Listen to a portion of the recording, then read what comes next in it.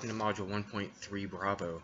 The subject matter here is very important to understand, and a lot of people may wonder why it's part of a self-defense program. It's one of the things that I feel that makes Aries unique is our approach to understanding violence and why people do the things that they do. And if we understand what's going on around us, we have a better chance of creating a countermeasure or a way out. On this particular subject matter, we're going to be discussing abuse in hostile environments. You know, one of the things that I find interesting with the Aries self-defense program and system is that we take a unique approach. We look at things, we compartmentalize them to an extent. We can have a relationship even if we did things in our past that were wrong, and we realize that we'd learn through experience. You know, there's a saying, you know, with wisdom, you know, with age comes wisdom, and I believe that to an extent. I believe that with age comes experience and a period of reflection, looking back on your life. When you're young, you know, you don't have anything to really reflect on. As you get older, you do have things because you've had experiences. In this particular module, I want to talk about abusive environments, and you know, if I'm describing you, then use this opportunity as a teaching opportunity to improve your environment. If you are on the receiving end, then you need to change your environment. It's a very important distinction. So let's talk about abusive environments. I believe this is a manipulated behavior, similar to what we talked about earlier with grooming and those types of things, but I want to be more specific in this module. I want to start off with baiting. You know, like you bait a hook, but not quite. But it's the same type of concept. Is you're using something to get a response. So if you were to, you know, bait your child or bait your spouse, you know, and they give you a response back, usually that's used as a tool of argument, or to make an argument, or to retaliate verbally, because, you know, people that are abusers typically have low self-control, low self-esteem. They just otherwise just are not happy people, so they take it out on those that are closest to them. But baiting is a powerful tool. You know, a person could ask their kid, "Did you clean your room?" "No, I didn't clean my room." "Well, I told you." So it's like they knew they didn't clean their room, so they asked a question that they know they're going to get a response from. If they say no, then it's, you know, blah blah blah blah blah. If they say yes, then it's blah blah blah, you liar. So it's a no-win situation, which happens to be another characteristic of an abusive environment. There's a no-win situation. No matter what you do, it's not good enough. It's always it's just not good enough. I can't explain it any other way. But a no-win situation, baiting, those are powerful allies for the abuser, not the abusee. So another common pair of characteristics that often are in an abusive relationship or abusive household is blaming, or not willing to take the blame. You know, it's not my fault syndrome. A person who is controlling likes to blame others. You know, this is your fault. You know, and then they take on the responsibility of not having any fault, no blame whatsoever. You know, well, I wasn't the one that did X, Y, and Z. You were the one that did X, Y, and Z. That's a combination of blaming and not uh, taking on responsibility. Okay, this next form of abuse, it's one that is very prevalent, and that's the uh, parental alienation syndrome. Basically, what that is it's good guy, bad guy. It happens a lot in divorce cases where you are telling the child, well, your mom did this and your mom did, you're blaming the other parent. And on the other end of it, the mother is blaming the father for, well, your dad was always this. And that's putting the child in the problem, or the child in your problem, or your spouse's problem. And children, they take that in emotionally, and they could arrest some of their developmental processing, because they feel like they're being teeter-tottered back and forth psychologically, emotionally, and whatnot. So if you know somebody that's going through a divorce, or if you're going through one, I mean, I went through one, leave your kids out of it. It's already bad enough that we've made wrong decisions in our lives, whether to get married or to get divorced or whatever the case is. But leave your kids out of it. That's a form of abuse. Okay, I'll continue with the parenting theme. Another form of abuse is manufactured chaos. It's always being in a disarray, always being in a mess. Everything is coming to an end. Again, it comes back to blaming and not my fault, but people manufacture a lot of chaos. Another one that I think is kind of sucky if you're a parent, is the unkept promises, or the broken, pathological breaker of promises.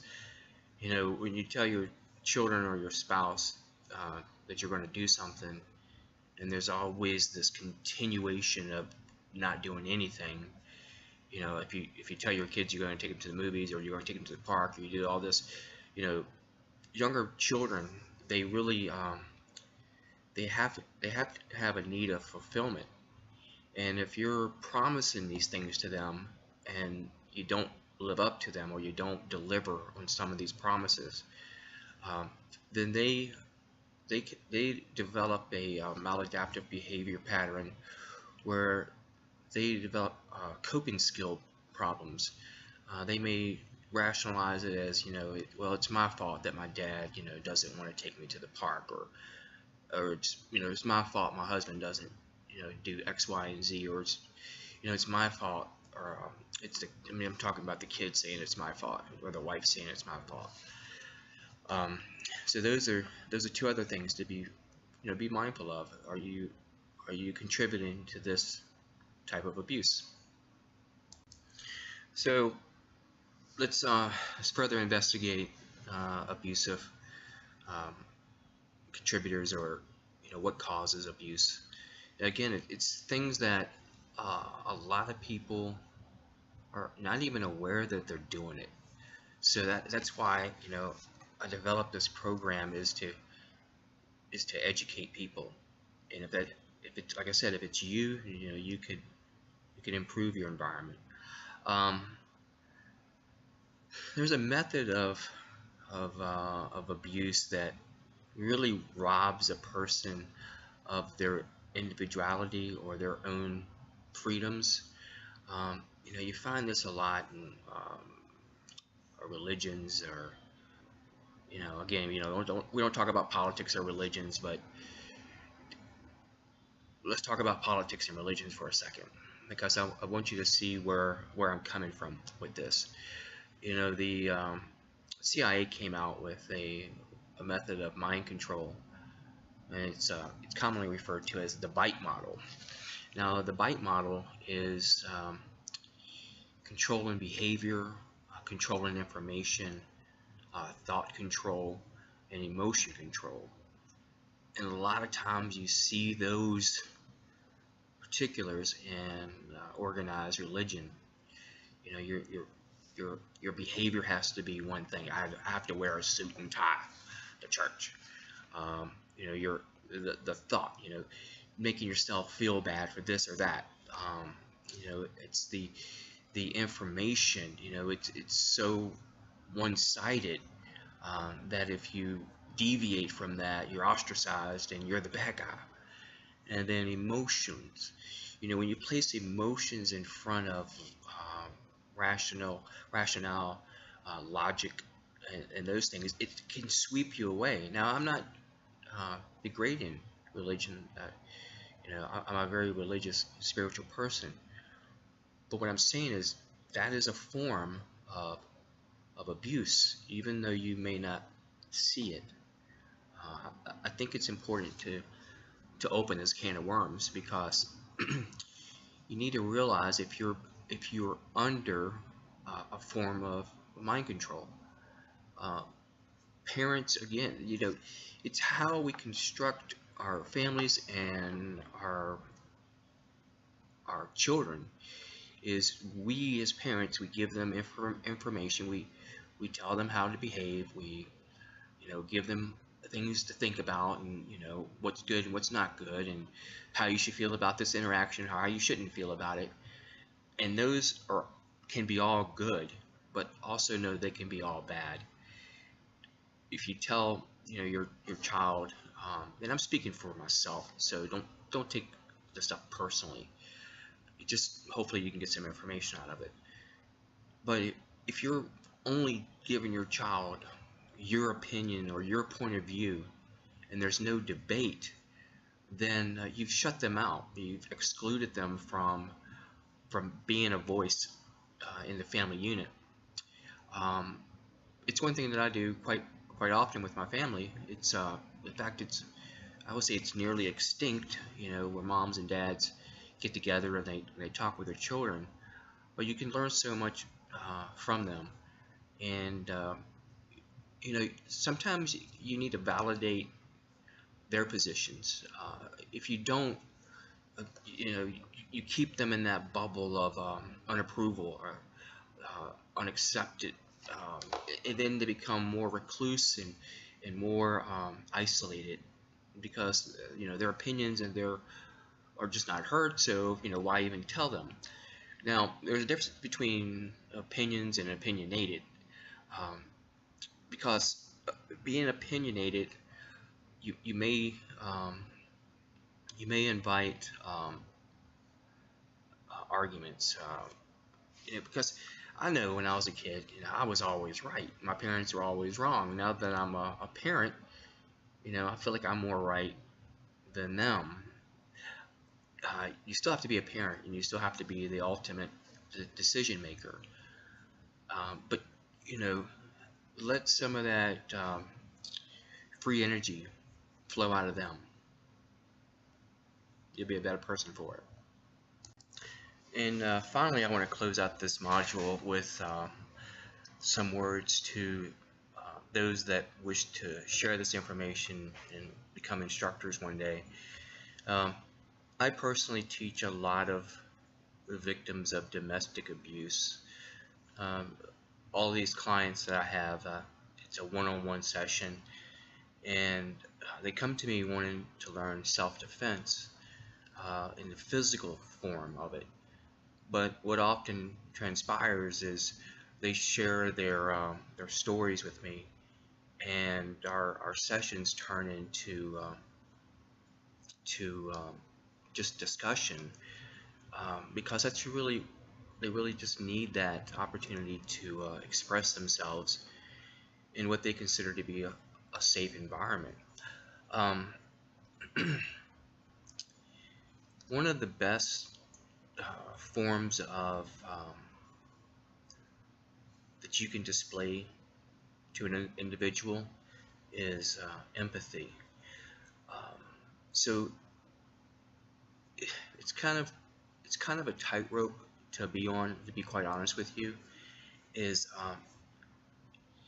when you're teaching people about hostilities and abusive relationships and abusive measures and bullying and all that stuff. It just boils down to you being patient as the instructor, to listen more than to talk. Because if you interject and give, unsupported advice, um, then you're really not doing them any good at all. In fact, you may be leading them down a path that's even darker and more isolated. Compassion is a tool to use. Empathy is a tool to use to reverse some of these emotional traumas. Um, so I just want to give you that advice, and to listen more, because as instructors, as people with authority positions, like it or not, you're looked at as a role model. So you need to be one, and to have empathy and to show compassion. Thank you.